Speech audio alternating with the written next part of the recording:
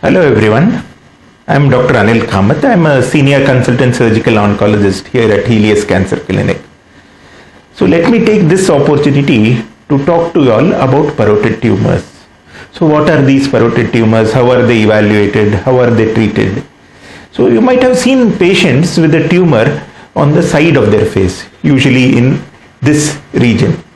So it is highly likely that this will be a parotid tumor. So what is a parotid gland? So parotid is one of the salivary glands.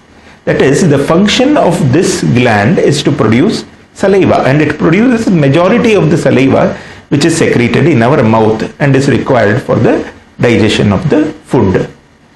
Many patients can have tumors in the parotid gland. This usually manifests as a swelling.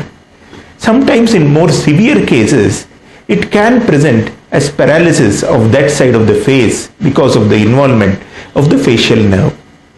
Fortunately for us, most of the parotid tumors are benign.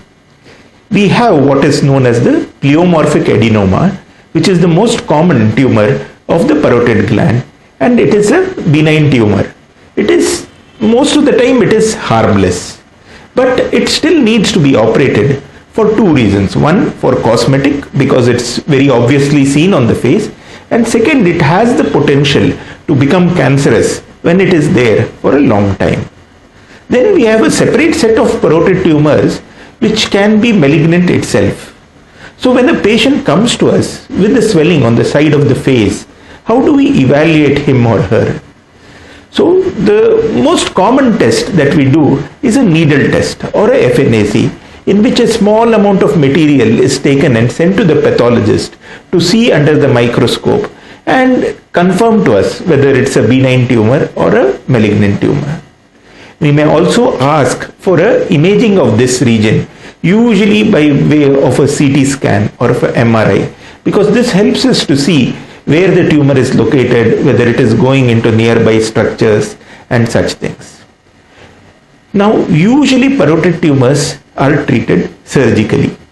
The benign ones require a surgery we usually call as superficial parotidectomy. The parotid has two parts, one a superficial lobe and the deep lobe, and in between runs the nerve known as facial nerve. The facial nerve divides and supplies the entire face on that half. So the challenge in performing a parotid surgery is to preserve the facial nerve, because if there is any damage to the facial nerve, there will be paralysis of that side of the face. Like I said, for benign tumors, the usual surgery performed is a superficial parotidectomy, where the part which is superficial to the facial nerve is removed. The surgery itself requires an admission for about 24 to 48 hours. The incision is planned in such a way that it is hidden. And it is cosmetically acceptable to the patient.